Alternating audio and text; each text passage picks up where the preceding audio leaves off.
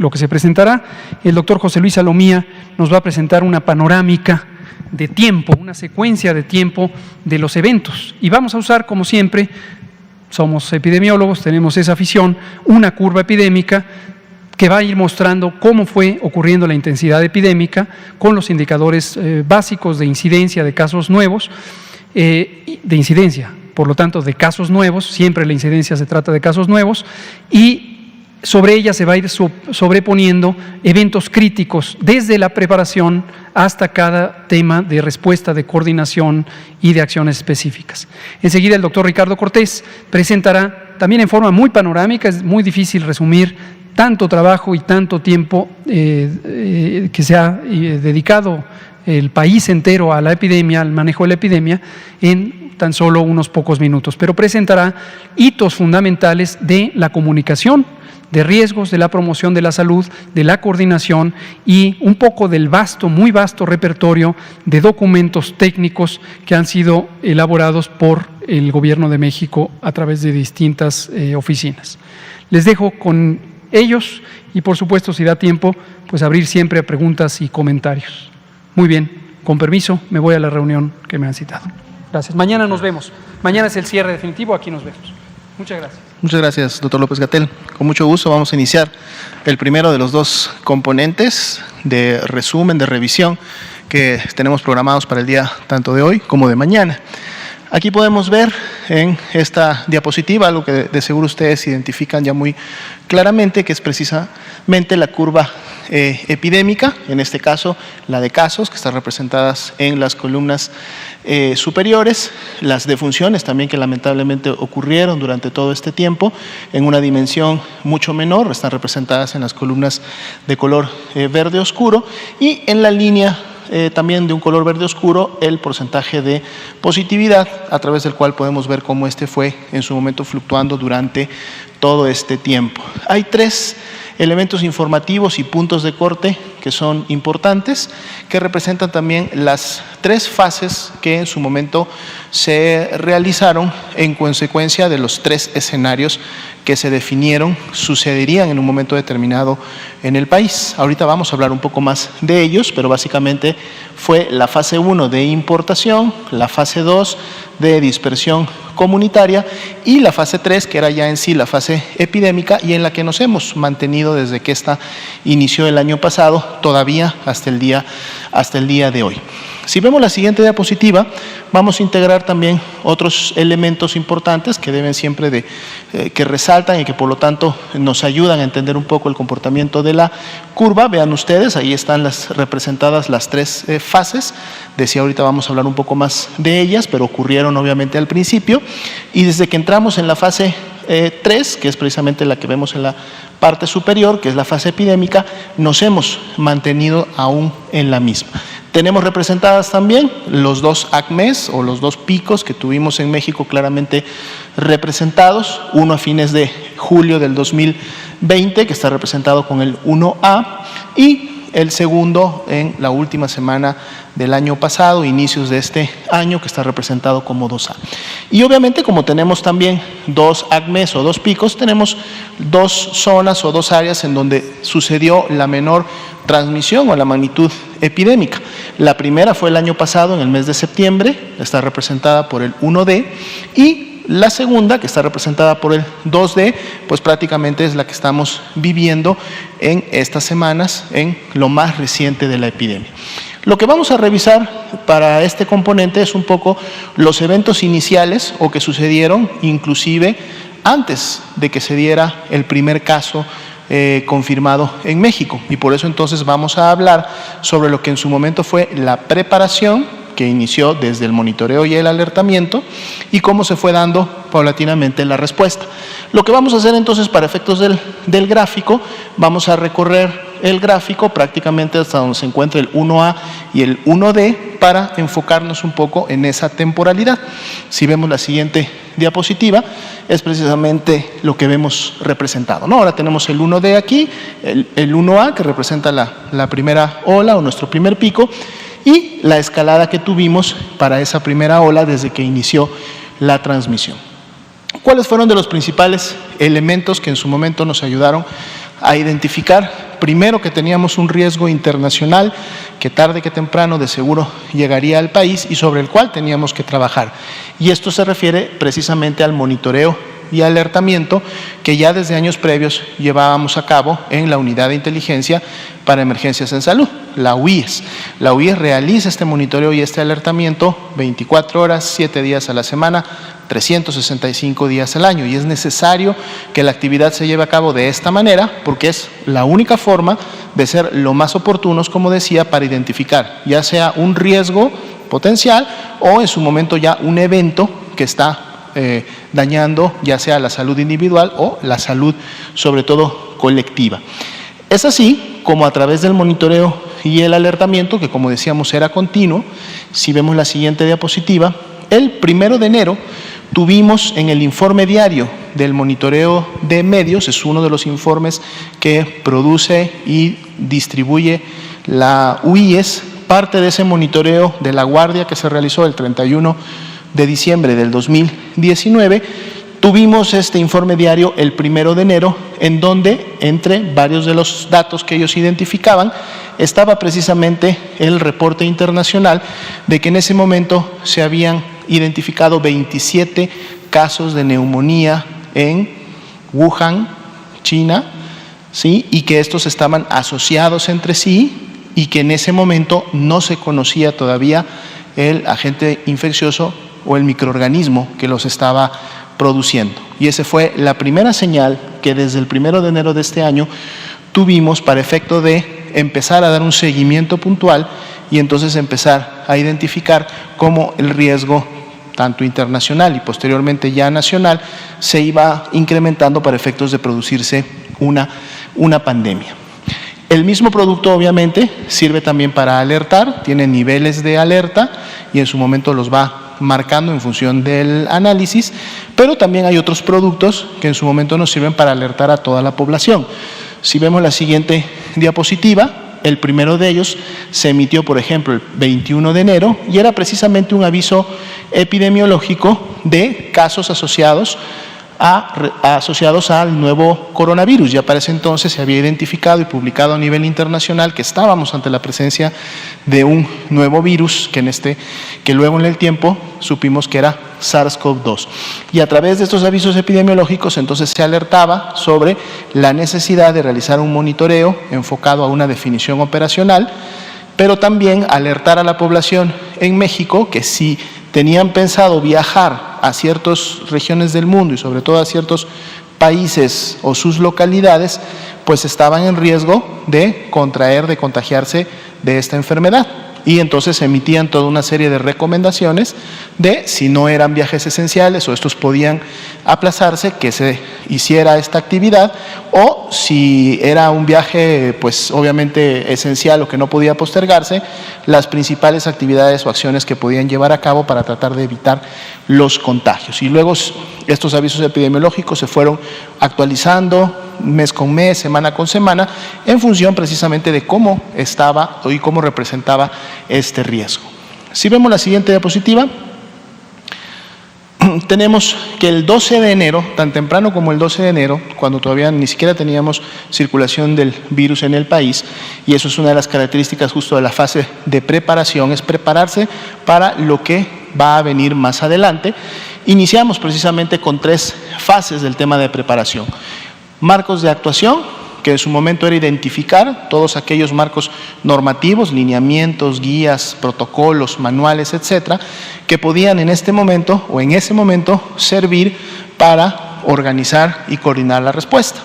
Pero que a su vez también entonces, una vez identificados, nos permitirían en una fase 2 llevar a cabo diagnósticos y entonces saber en qué nivel de base nos encontrábamos como Sistema Nacional de Salud y por lo tanto nuestra capacidad de responder si era mala, era buena, estábamos más o menos,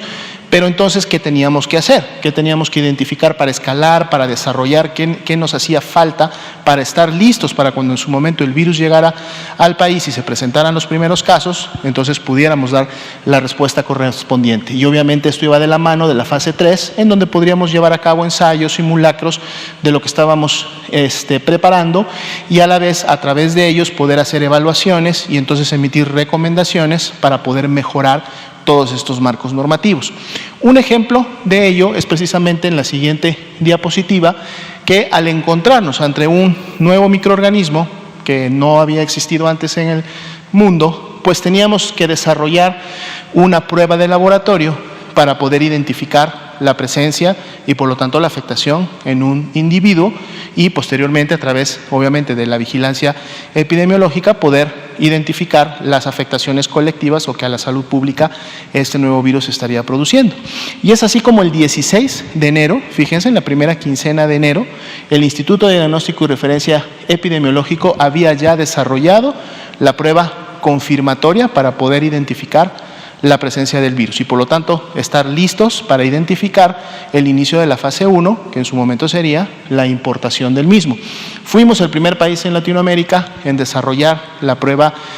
confirmatoria. Sin embargo, desarrollar y tener la prueba confirmatoria no era suficiente, porque el INDRE no podía absorber la carga de casos y muestras que en su momento se necesitaba para poder identificar oportunamente el virus. Es por eso que durante las siguientes 4 semanas, si vemos la siguiente diapositiva, se trabajó en capacitar y realizar la transferencia de insumos para la confirmación de casos a toda la red nacional de laboratorios de salud pública, porque entonces necesitábamos tener la capacidad de confirmar casos en lo local, en cada una de las 32 entidades federativas. Y el 18 de febrero es cuando las entidades federativas estuvieran listas y todas tenían la capacidad de llevar a cabo la prueba confirmatoria. Es por esa razón que el 27 de febrero, prácticamente una semana, 2 días después, se realiza la identificación y confirmación de los primeros casos importados en México, lo cual a su vez da inicio a el escenario 1 y a la fase 1 de la respuesta. Esto fue posible precisamente porque los laboratorios tenían ya la capacidad. Esos primeros casos fueron identificados en Sinaloa, lo confirmó el Laboratorio Estatal de Salud Pública de Sinaloa, lo hizo también el del Estado de México y lo hizo el Laboratorio Metropolitano de la Ciudad de México, que fue donde se identificaron los primeros casos importados de COVID-19 en México. El INDRE obviamente ratificó los resultados, emitió en su momento las evaluaciones y posteriormente la red estuvo en condiciones de continuar con la actividad. Si vemos la siguiente diapositiva, también destacamos que estas mismas capacidades permitieron al INDRE y al país, en este caso a México, el 12 de febrero llevar a cabo un taller de capacitación a 8 países en Centroamérica: Costa Rica, Cuba, República Dominicana, El Salvador, Nicaragua, Belice, Honduras y Guatemala, para efectos de, habiendo desarrollado la técnica confirmatoria, y como hasta hoy en día lo hace México en solidaridad con otros países, transferir también esta tecnología, así como la estábamos transfiriendo a la Red Nacional de Laboratorios de Salud Pública, que estos países pudieran hacer uso de esta misma y entonces pudieran desarrollar también su capacidad diagnóstica en sus países. Si vemos la siguiente diapositiva, el 22 de enero iniciamos con las conferencias de prensa. La primera de ellas fue en la sede de la Secretaría de Salud, allá en Lieja. Y vean, el día de hoy estamos llevando a cabo la conferencia número 449 y bueno, pues estimamos que el día de mañana sea la última conferencia diaria, la 450. Así también al día siguiente, el 23 de enero, se emitía el primer comunicado técnico con la información correspondiente y a partir de ese momento el comunicado se emitió diariamente hasta el que van a ver ustedes el día de hoy a las 8 de la noche, pero para el día de ayer llevábamos 503 comunicados técnicos emitidos en donde ustedes tienen acceso a mucha más información y más detallada y productos analíticos que obviamente los que presentamos por el tiempo aquí en la conferencia. Si vemos la siguiente diapositiva,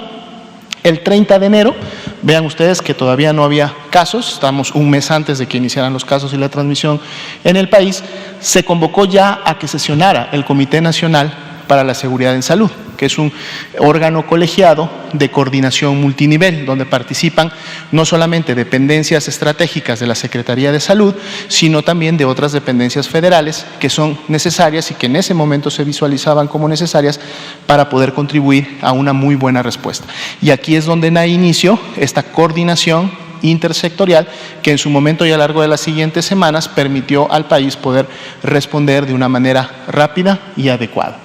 Si vemos la siguiente diapositiva, este mismo 30 de enero, en esta reunión del Comité Nacional de Seguridad en Salud, se les presentó a todos los participantes de este comité, el cual preside el señor secretario de Salud, los 3 escenarios y por lo tanto las 3 fases de respuestas que se tendrían que dar en un momento determinado. La primera de ellas sería la importación y ocurriría obviamente cuando se confirmara el primer caso de COVID-19 en México, lo cual representaría la introducción del virus al país. En este momento se tendrían obviamente casos importados, muy probablemente brotes familiares, que serían la familia de estos casos importados, y en un momento determinado la principal medida de acción sería la contención. Y esto sucedió, como vimos, el 27 de febrero, cuando se dieron a conocer los primeros casos. Pero entonces luego vendría un pequeño escalamiento hasta llegar a la fase 2, en donde ya en la fase 2 tendríamos ya no solo transmisión y brotes familiares, sino ya transmisión comunitaria. El virus empezaría a dispersarse en las diferentes colonias o en la interacción de personas en sus trabajos, en sus áreas educativas, etc. Aquí las principales acciones fueron de contención, mitigación, y esto dio inicio el 24 de marzo, y ahí lo vemos representado con el F2. Y la fase 3, en donde ya sería la fase epidémica, es decir, una transmisión ya de tipo regional y una dispersión nacional, en donde ya tendríamos el virus pues prácticamente en todas las entidades federativas. Seguiríamos con acciones de contención y mitigación, y esta dio inicio el 21 de abril, y ahí las pueden ustedes tener identificadas F1, F2 y F3 para cada una de estas fases. Importante solamente mencionar que cuando nosotros presentamos estos 3 escenarios y sus 3 fases fue el 30 de enero, es decir, todavía no habían ocurrido. Esto fue precisamente la proyección que era necesaria para que todo el sistema de salud empezara a generar las capacidades para cada una de las fases y entonces poder tener, decíamos, una respuesta adecuada. Si vemos la siguiente diapositiva, una de las primeras acciones que hizo el Comité de Seguridad Nacional en Salud fue mandatar que se instalara el Subcomité Técnico de Enfermedades Emergentes, el cual se llevó a cabo al día siguiente de la sesión del Comité Nacional de Seguridad en Salud, es decir, el 31 de enero, ya estábamos sesionando a través de una coordinación técnica interinstitucional, precisamente para poder llevar a cabo ahora sí toda la respuesta técnica,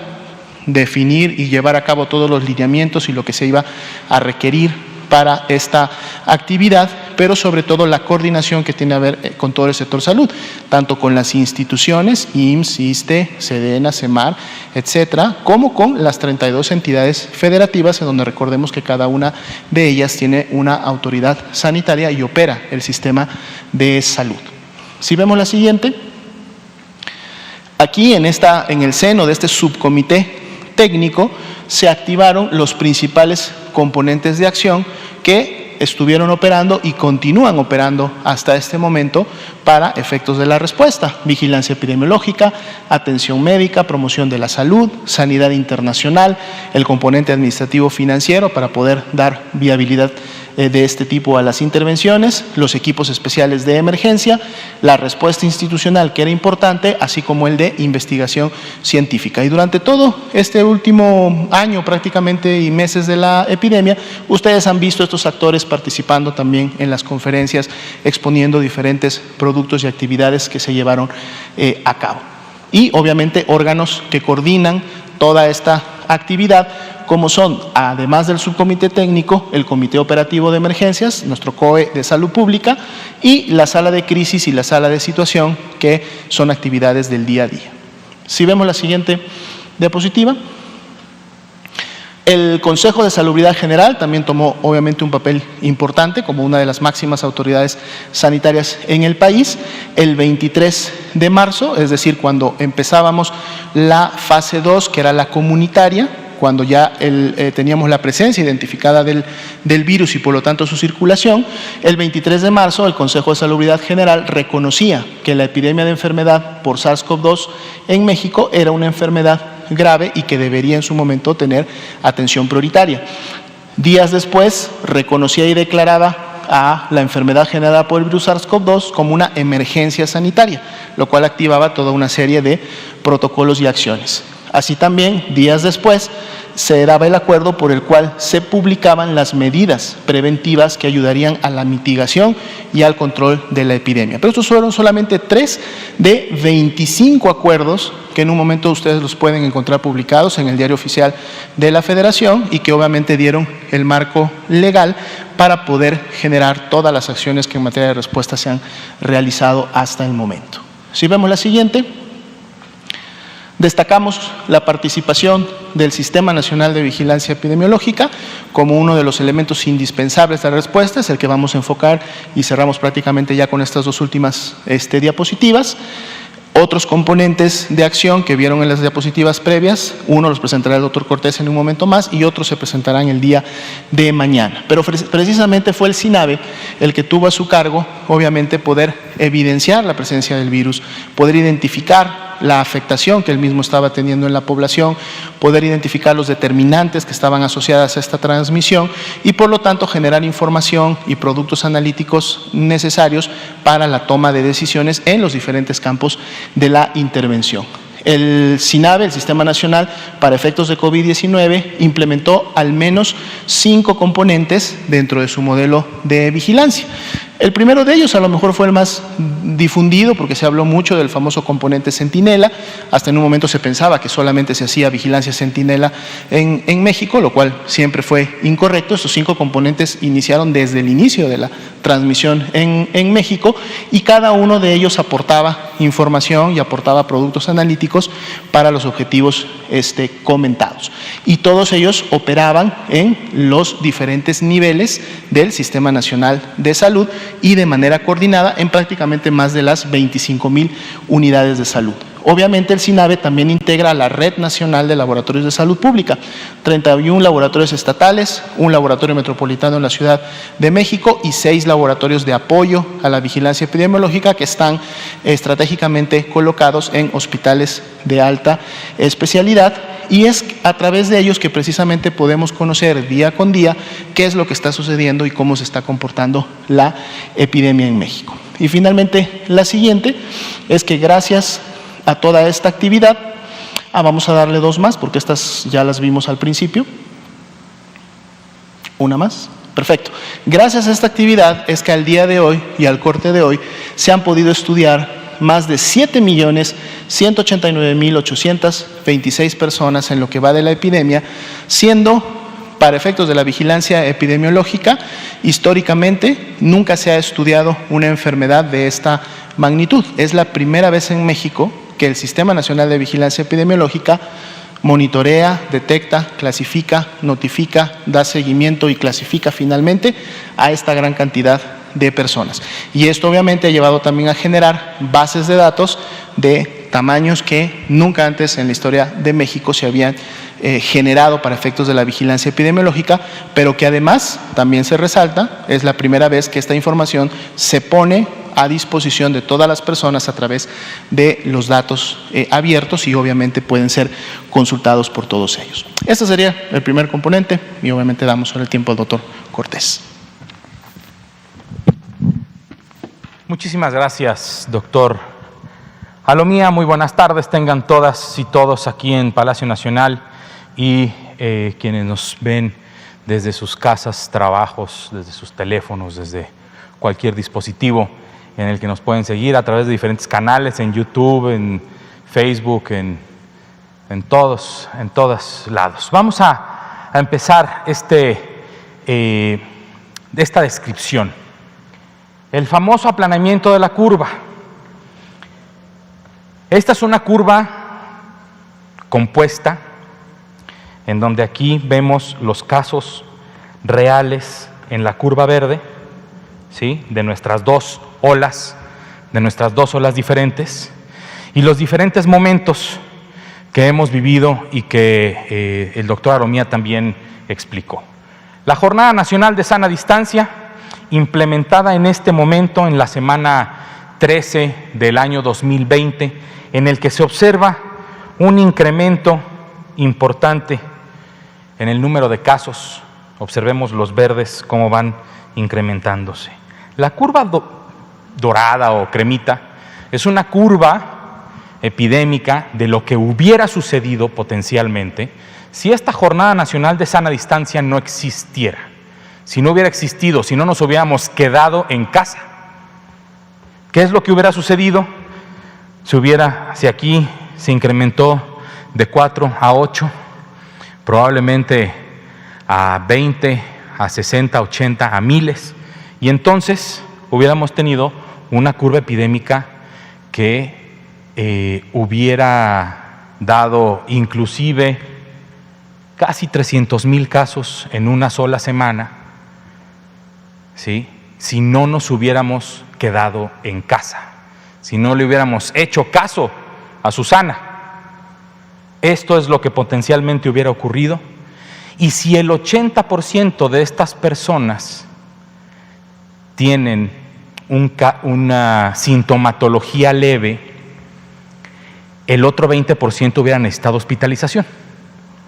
Hubieran sido muchas más de las 30,000 camas que tenemos disponibles, gracias a la reconversión hospitalaria, muchas más. Por eso, la importancia en el agradecimiento a toda la sociedad mexicana de haber adoptado a su sana distancia, de haber hecho caso a las indicaciones de las diferentes autoridades sanitarias, tanto federal como estatales, para poder quedarnos en casa. Un sacrificio impresionante que valió la pena. Esto es lo que significa el aplanamiento de la curva. Una curva plana contra una curva que no es plana, que crece de forma muy importante. En la semana 24, alrededor de la semana 24, se implementa la medición de los indicadores del semáforo de riesgo epidémico, y de ahí, con las reglas de su sana distancia y el escuadrón de la salud, empezamos a aprender cómo convivir con este virus que llegó para quedarse. Sigue incrementándose y después vemos nuestra segunda ola, y aquí en la semana 7 del 2021, el operativo Correcaminos de la estrategia operativa nacional de la Política Nacional de Vacunación contra el virus SARS-CoV-2 en nuestro país. Semana 7 se inicia la vacunación masiva a personas adultas mayores, y así sucesivamente hemos implementado esta estrategia, que habrá oportunidad en otra ocasión, el día de mañana, de explicar ampliamente por parte del doctor Ruy López Ridaura. Curva aplanada, curva sin Jornada Nacional de Sana Distancia. ¿Por qué lo explicamos de nuevo? Porque sigue habiendo una pregunta sobre qué significaba el aplanamiento de la curva. Esto es, ¿por qué no vimos una curva no aplanada? Pues porque gracias a usted que se quedó en casa, logramos tener esta curva y no esta. La siguiente, por favor. Susana Distancia, un personaje que la sociedad mexicana adoptó, un personaje que llegó inclusive a otros países, tanto en América Latina como en el continente asiático. Un noticiero de Japón habló sobre cómo en México, a través de este personaje de comunicación, para obtener una empatía con las personas sobre el sacrificio que estábamos por hacer todas y todos en nuestro país, hablaba de una empatía con la gente para hacer este distanciamiento social lo más amable posible a través de su sana distancia. Y claro que Susana sirvió para todo, ¿no? Sirvió para que las personas en México la adoptaran, la hicieran suya, y entonces aparecerían múltiples opciones de cómo se va apropiando la gente de su sana distancia, y por eso el gran impacto que tuvo la Jornada Nacional de Sana Distancia. El municipio de Metepec, que tuvo este anuncio de este video, este anuncio de televisión, un video para todos, es la apropiación de una idea que sirvió para tener un mejor control de la epidemia en nuestro país, su sana distancia. Y el semáforo epidemiológico, el semáforo de riesgo epidémico, que empezó en la semana 24 y que fue transitando la semana 28, 29 y así la 30, y luego cada 2 semanas, y cómo se iban pintando y despintando un poco los estados de la República, hasta llegar a la semana, por ejemplo, 40, y aquí empieza la segunda ola. Y entonces empiezan también a cambiar los colores a colores más intensos, hasta llegar a la semana 50 y 52 del año, para después también transitar al año 2021, y también con estos indicadores observamos cómo se fue poco a poco también despintando nuestro país de esos colores que indican un riesgo mayor. El verde es el menor riesgo posible, no es riesgo cero, todavía todos estamos en riesgo mientras exista este virus en el mundo. Y así fue como otro elemento de comunicación de riesgos para que las personas comprendieran cuál era el problema que estábamos viviendo. Utilizamos los colores y una estrategia de semáforo que, conjunto con la sana distancia, el lavado de manos, el uso del cubrebocas y el saber en qué nivel de riesgo me encuentro yo de acuerdo al estado en el que vivo en mi país, puedo generar diferentes actividades sociales y económicas, siempre cuidándonos todas y todos. El trabajo de generar documentos que sean útiles para todas y todos, tanto para el público general, como pudimos ver la guía para personas que viven con discapacidad, las personas con trastorno autista, un documento que nos ofreció, nos puso sobre la mesa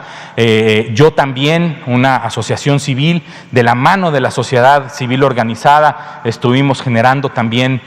múltiples instrumentos para poder comunicarnos con la gente, pero también lo que acaba de escribir el doctor Alomía, cómo se surge la necesidad de ir diseñando protocolos de atención, análisis de evidencia científica, para poderla poner a disposición de todas las personas, y conforme iba pasando el tiempo también la necesidad de ver cómo es que íbamos a regresar a las actividades habituales, y uno de los ejemplos es el lineamiento nacional para la reapertura del sector turístico, un sector importante para la actividad económica de nuestro país, más importante para algunos estados que para otros, pero en general para nuestro país es una actividad sumamente importante. Y también, por ejemplo, los criterios de poblaciones en situación de vulnerabilidad que tienen mayor riesgo de desarrollar una complicación de COVID-19 en los centros de trabajo. ¿Cómo íbamos a evaluar el riesgo que las personas tenían y cómo iban a ir regresando poco a poco a sus actividades laborales las personas? Este trabajo, por ejemplo, aquí pueden ver que dice Gobierno de México. ¿Por qué dice Gobierno de México? Porque lo hicimos todas y todos. Porque se sentó el equipo del doctor Mauricio Hernández Ávila del Instituto Mexicano del Seguro Social a analizar la evidencia científica que existía, a redactar el documento, a ponerlo a consideración del Comité de Nueva Normalidad, en donde estamos sentados el ISSSTE, el IMSS, Trabajo y Previsión Social, Economía, Salud. Y por eso generamos un documento del Gobierno de México que sirve para todas y todos, para tomar decisiones. En este documento, aquí vemos, de acuerdo al nivel de riesgo epidémico en el estado en el que vivimos, cómo las personas que viven con algún padecimiento, por ejemplo, diabetes, hipertensión, el estado de embarazo, etcétera, cuál sería la forma en que estas personas pudieran ir regresando a sus labores habituales.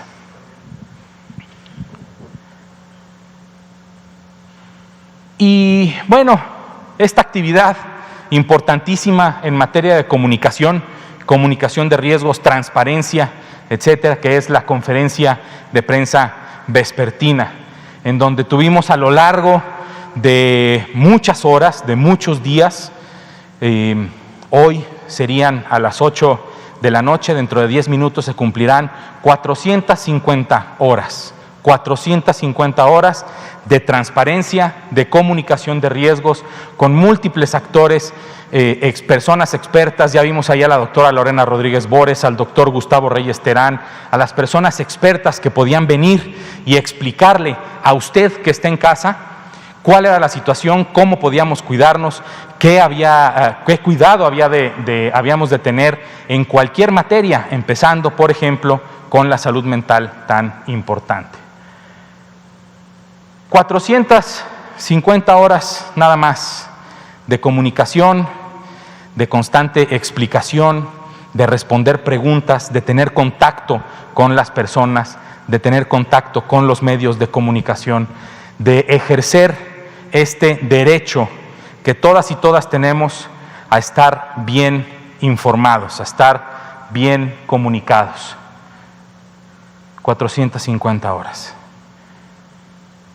Dicen que ningún otro país tuvo este ejercicio de comunicación efectiva e intensa para que las personas estuvieran bien informadas a lo largo de toda la epidemia. Fueron pocos, en realidad fueron pocos los días en los que se suspendió este ejercicio de comunicación con usted que está en casa. Fueron pocos los días, 450 conferencias de prensa de una hora, y a lo mejor un poquito más, porque había algunas conferencias de prensa que duraban un poco más, sobre todo cuando hicimos algunos viajes, algunas giras a otros estados de la República. Cerramos con estas 450 horas de extraordinario experiencia para nosotros como profesionales de la salud, en la que tuvimos también que sacar nuestro comunicador. Aprendimos mucho de ustedes en los medios de comunicación. De verdad, muchas gracias por esta oportunidad de tener tanta comunicación. A las personas que nos vieron todos los días, también muchísimas gracias. A quien se cansó en la número 200 a lo mejor, y a quien nunca nos vio también, muchas gracias, porque aunque no nos hayan visto, de cualquier forma se quedaron en casa y guardaron su sana distancia.